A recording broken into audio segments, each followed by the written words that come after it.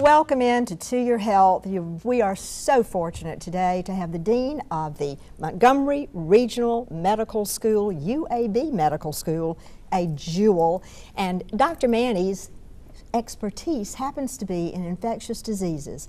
There has been a lot of talk about Zika, and we know that our audience always wants to be well informed, and there is no one better than you, Dr. Many, to kind of give us a rundown on Zika, what we need to look for, and the things that we need to know as everyday folks here. Yes.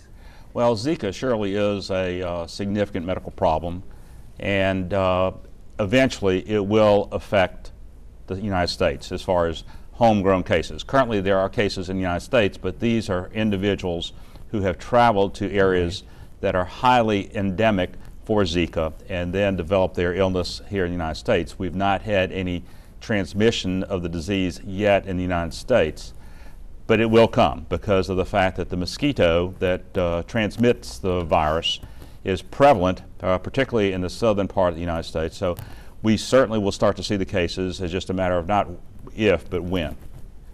So that mosquito is actually here? Correct. It's the Aedes anopheles. It's a different type of mosquito that transmits the diseases such as malaria. The mosquito that transmits malaria typically bites more at night. So the precaution when you're in areas that are endemic for malaria is that you be very careful about going out in the evening or dusk, dawn, etc.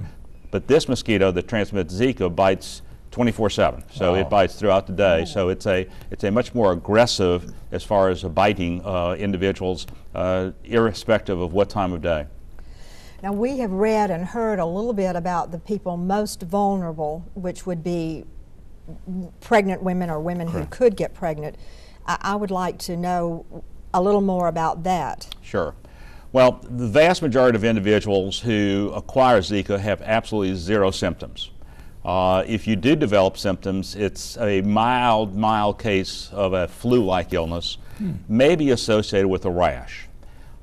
In individuals who are pregnant, the virus can transfer across the placenta and infect the unborn child. And tragically, the virus has a propensity to spread to the brain and causes the brain not to completely form. And hence the importance is the brain, as it expands the skull. And when the brain does not expand, the skull itself does not expand. So these children are born with very small heads, very small brains. They also can sometimes have calcifications, basically pieces of chunks of calcium deposit in the brain tissue, which is very common in other types of congenital viral infections. And because of that, these children have significant cognitive impairments, significant functional impairment.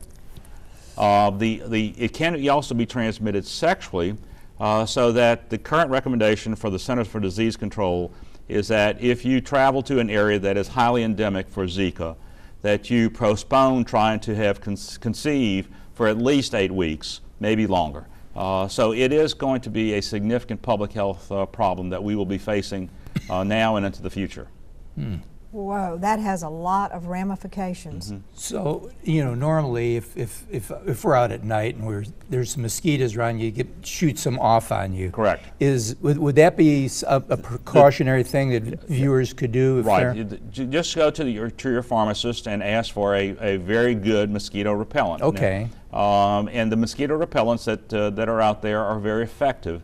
The other thing is which would be difficult to do in Alabama, is to wear long sleeve shirts and things of this nature, is just to cover up. But that's not going to happen. So either avoid being out at night, and this is true because we have other illnesses that are transmitted by mosquitoes that can cause significant health problems, including West Nile and some of the other what we call equine encephalitides, which are prevalent during the summer and early fall in the South.